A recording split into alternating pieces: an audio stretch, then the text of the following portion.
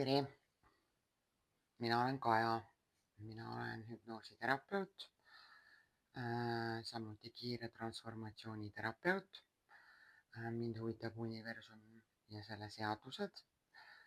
Mind huvitab energia ja nende liikumine ja kõik, mis on seotud esoteerikaga, sest minu meelest kõik see on üks kooslus. Kindlasti on olnud see niimoodi täpselt terve aja.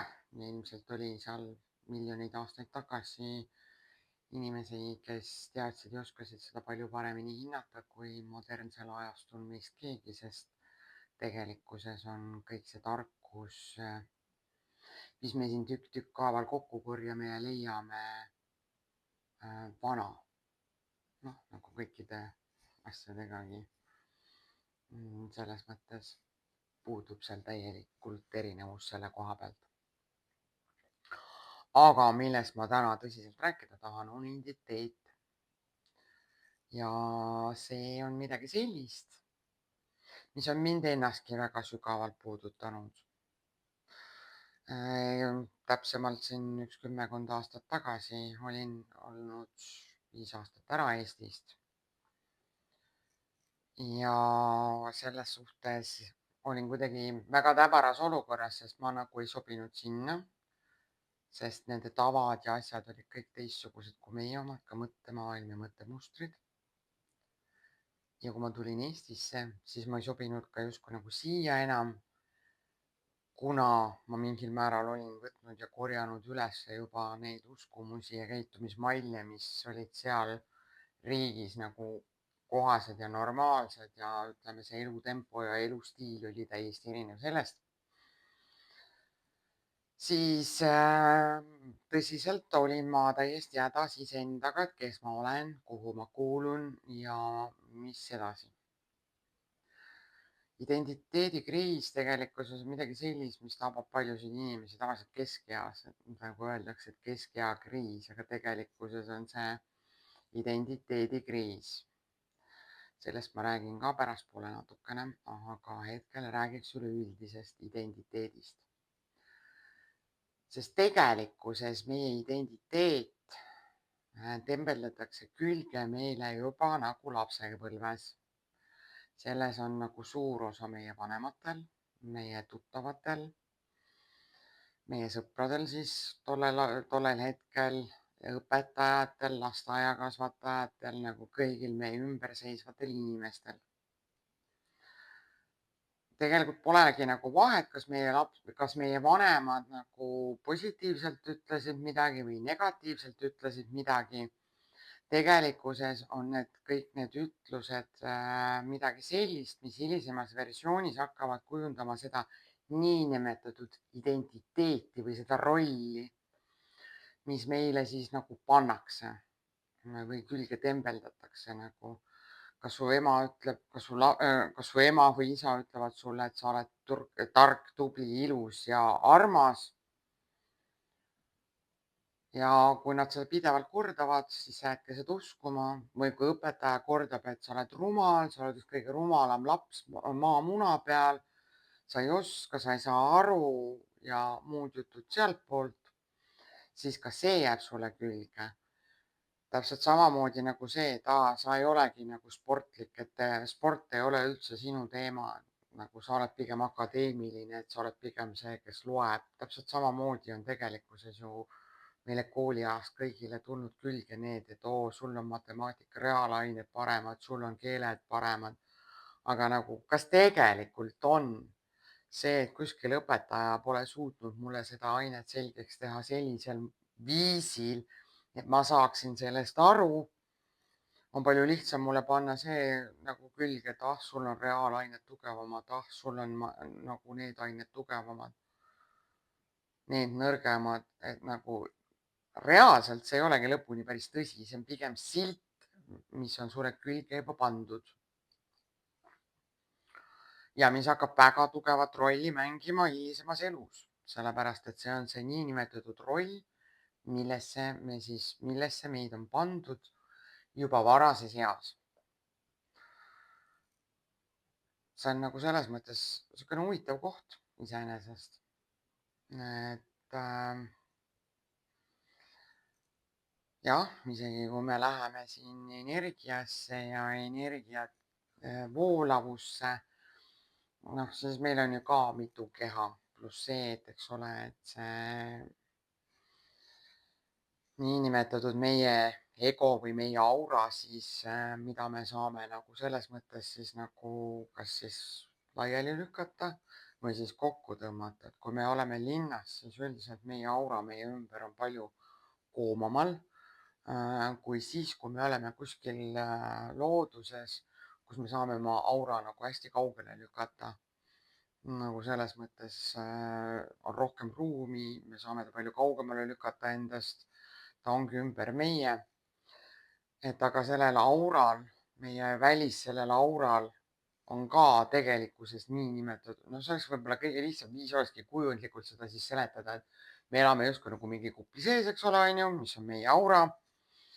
Ja meie aura küljes on tihtipeale need niinimetatud sildikesed, mida meil on pandud aja jooksul nagu teiste inimeste poolt.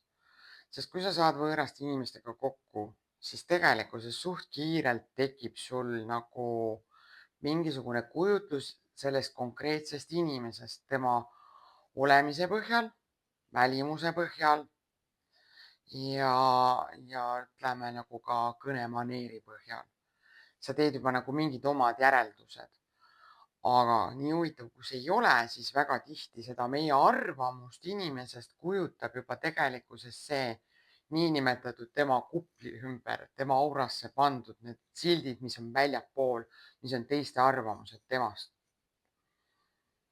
See on naljakas. Ja kui ma nüüd lähtun, eks ole, on ju siin alateadvusest ja oma sellest teooriast, siis sealt tuleb täpselt sama teema. Et meie roll, see, kes me oleme, mis me oleme, on tegelikkuses mõjutatud väga paljudest asjadest. Nii et tegelikkuses see, kes me nagu arvame ennast olevat, ei olegi tegelikkuses mina, vaid see on see roll, millesse mind on pandud juba minu lapsepõlvest alates mind. Kas pole mitte huvitav, eks ole? Et me kõik arvame, et tähendab, et ma olen see, aga tegelikkuses võta näpust. ei olegi see, vaid see on see, kelleks mind on tehtud. Või see on see roll, millesse mind on pandud. Et ma olen kehv sportlane, mulle ei meeldi jooksmine, järjekordselt midagi sellist, mida me põhimõtteliselt oleme endale aja jooksul lihtsalt korrutanud ja nagu ennast uskuma pannud, millel tegelikkuses pole mingisugust pistmist sellega, kas sulle tegelikult meeldib joosta või ei meeldi. Seal on nagu need käitumismustrid ja mingisugused olukorrad, kus mingil põhjusel tekkis situatsioon, kus sa nagu tundsid, et ma parem ei jooksegi, mul on lihtsam, kui ma ei jookse, siis ma ei ole kas viimane, kas ma mis iganes ei pea siis pingutama, et see on järjekordselt tekkinud niisugune uskumus, et ma ei ole jooksja läbi mingisuguse situatsiooni või olukorra, mis on meiega juhtunud mingisugusel ajaperioodil. Mingisugused sündmused, mis on viinud meid selleni, et me oleme hakanud uskuma või siis on tõesti see, et teised on piisavalt seda korrutanud, et me võtame selle enda identiteediks. Naljakas. Kuidas sellest välja tulla? Kuidas leida see tõeline mina? See tänane salvestus natukene on seotud ka sellega, et siin nädalapäevad tagasi juhtusin lugema ühte artiklit Facebookis, mis pani mind tõsiselt mõtlema selle üle, et miks me siin oleme, kes me siin oleme ja kelleks me oleme tulnud siia saama. Väga huvitava näite tõi üks inimene, kellega ma vestlesin sel teemal. Ta ütles, et tema nagu tahab elada hästi elatud elu. kui ma küsisin täpsustust selle koha pealt, et mida ta selle all silmas peab, et milline on see hästi elatud elu tema mõttes, oli see, et meist peavad saama need tegelased või meist peab saama see nagu, kelleks me siia oleme tulnud saama. Väga ilusti öeldud nagu, noh, ta näitena tõi, et nagu, et õunapuu seemnest kasvab õunapuu ja see hakkab õunu ükskord kandma ja kartulist kasvab kartul ja seda me saame süüa ja. Aga milleni mina nagu olen oma peas jõudnud, on see, et kasvamine on üks elukestev tegevus. Ja see enda tõelise mina leidmine sellest virvarrist võib-olla on isegi veel keerulisem, sest esiteks pead sa leidma selle tõelise mina ja samal ajal peaksid sa nagu hakkama siis nagu kasvama.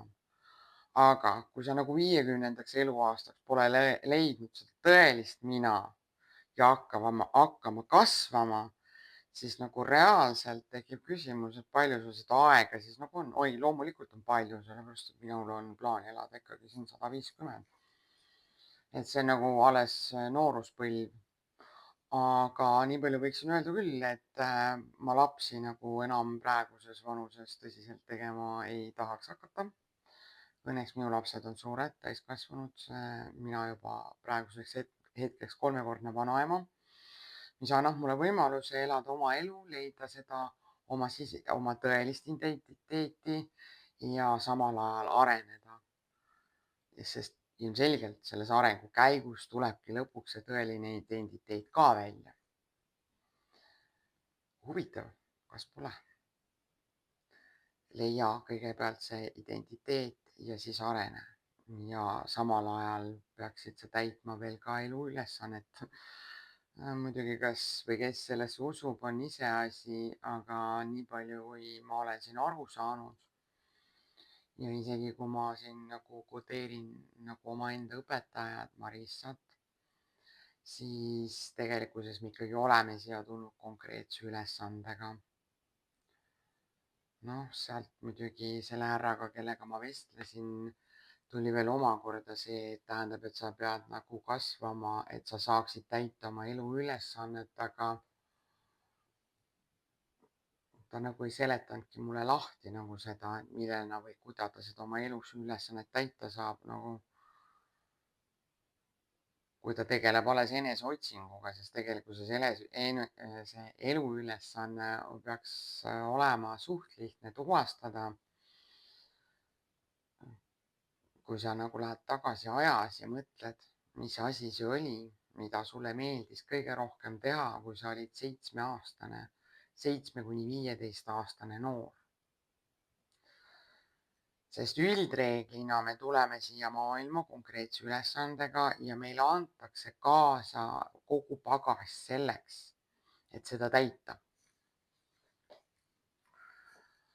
No nii mõnigi ütleb selle kohta, et see on see südametee või südameasi ja et sa saad sellest väga kähku aru, kui seal on mingisuguseid asju ja tegevusi, mida sa teed südame ja armastusega ja see pakub sulle täit naudingut ja vaimset rahulolu. Ja muidugi siit see teema, et paljud meist on oma tööga rahul. Paljud meist teevad tööd, mis meile täielikku naudingut pakub. Väga vähesed. Üldiselt me teeme tihtipeale. Ma jõuan jälle selle koha peale, kus ma võiks öelda, et enamus meist on ellujäämismõudis ja me teeme tööd, mida me isegi ei armasta, aga lihtsalt leib on vaja lauale panna. Ja kuna see nüristab meid nii palju, siis me isegi ei ole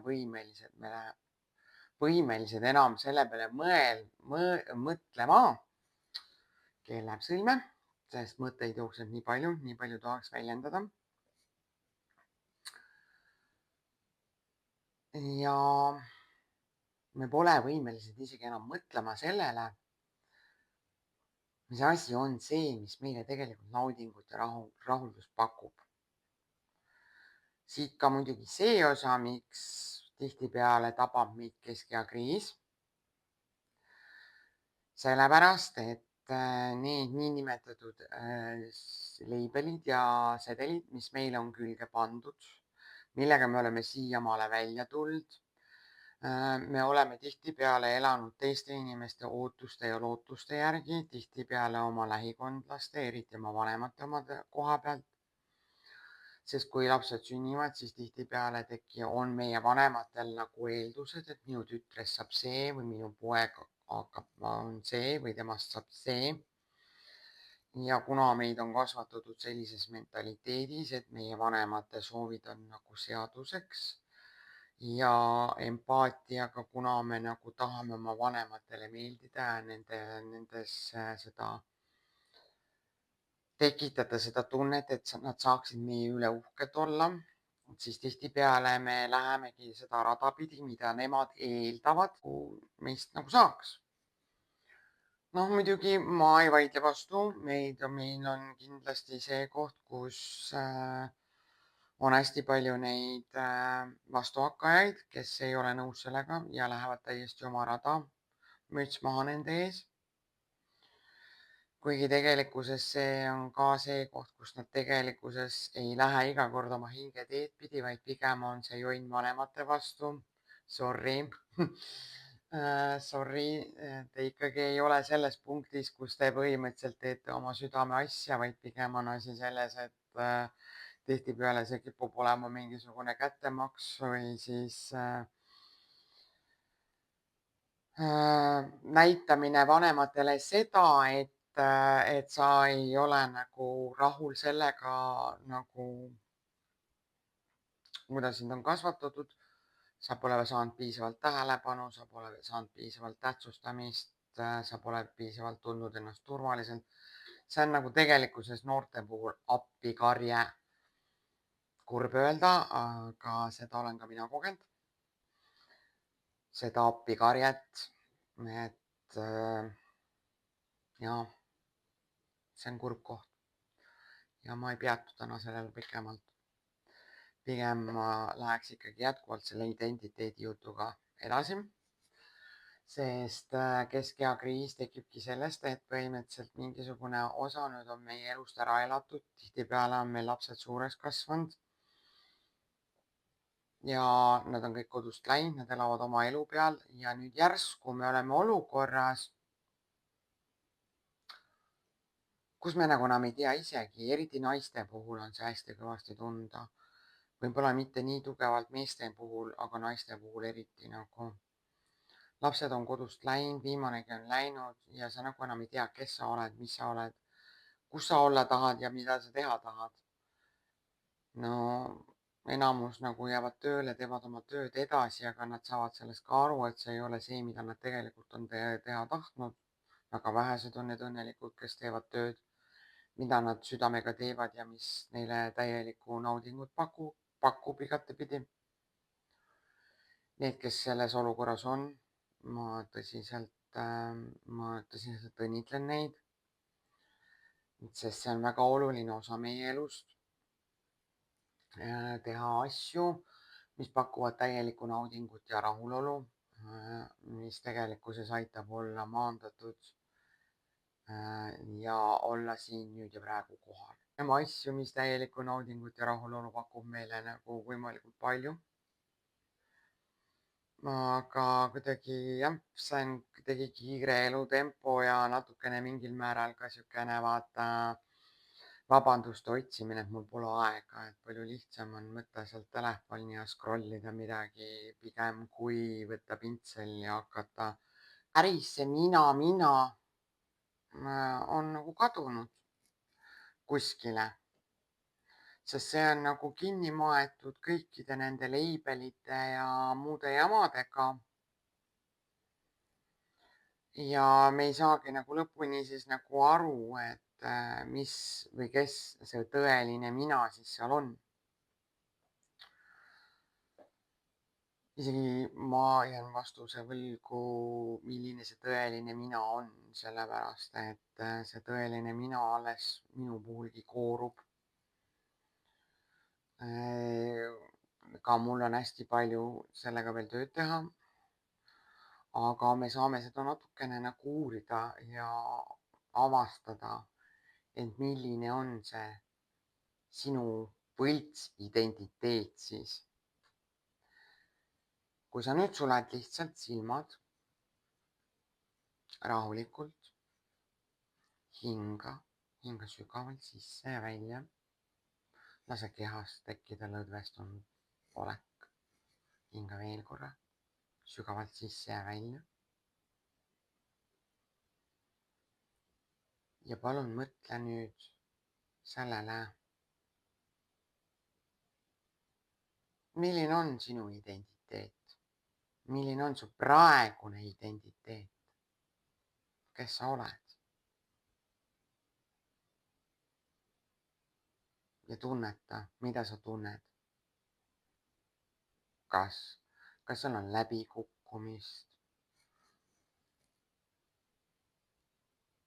On seal sihukest väärtusetuse tunnet? Mida sa nagu tunned selles tundes? Läbipõlemist, läbikukkumist, võltsi, midagi, mis ei samastu sinuga või samastub sinuga. Sa pole piisav.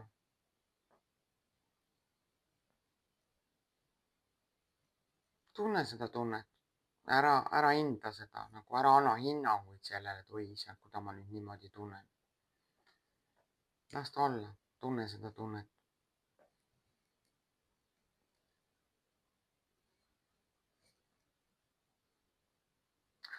Ja nüüd ma tahan,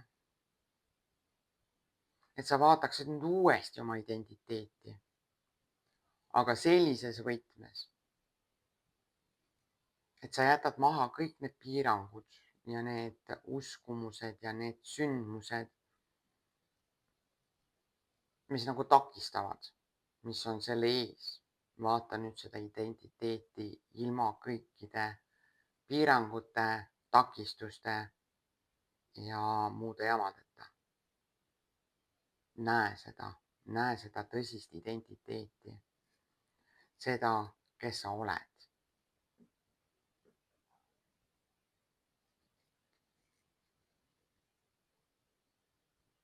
Ilma kõikide nende sündmusteta, jamadeta.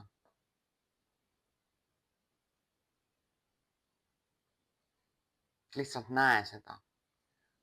Näe seda, kes sa oled. Tunne seda.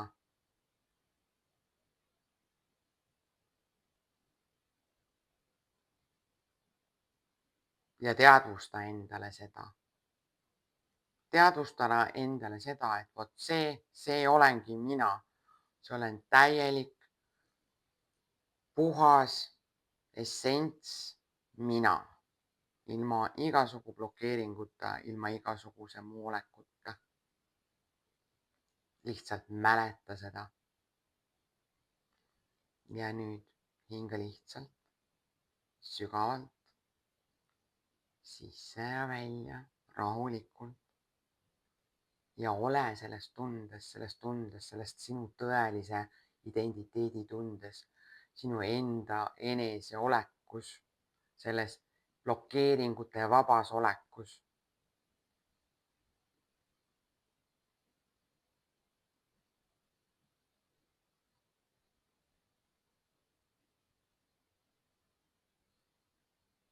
Lihtsalt hoia seda tunnet rahulikult.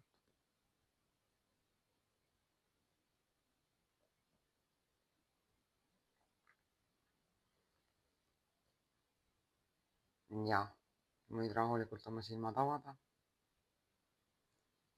ja tagasi tulla siia. Ma tean, et seal on nagu mega palju infot igas aspektis, igas võtmes. Ja see oli üks sükene pisikene fraasikene, mida ma praegu kasutasin. Et anda sulle mõista ja teada, et tegelikkuses muutus tuleb ainult läbi praktika. See, et ma siin rääkin jutu mis on identiteet ja kuidas tegelikkuses, nii kurb kui see ei ole, see, mida me siiamaale arvanud oleme, et olen mina, ei olegi tegelikult mina. nii äge. Siis läbi praktika ja praktiseerimise on võimalik leida see mina tegelikkuses suht kiirelt.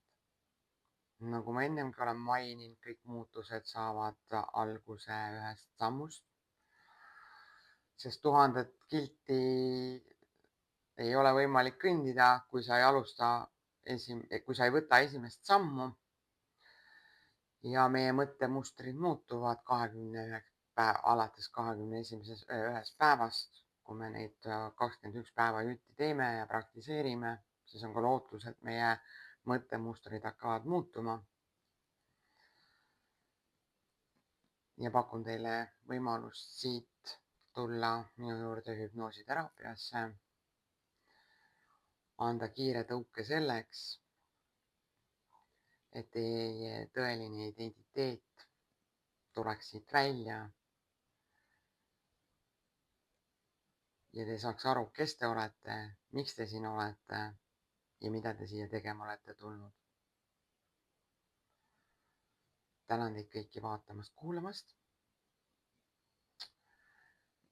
Kui teid siin tõsiselt huvitab midagi, võite alati mulle kirjutada. Alateadvuse kood @gmail.com. Vastan kõigile hea meelega. Seniks aga kõik ilusat ja imelist suve jätku teile kõigile.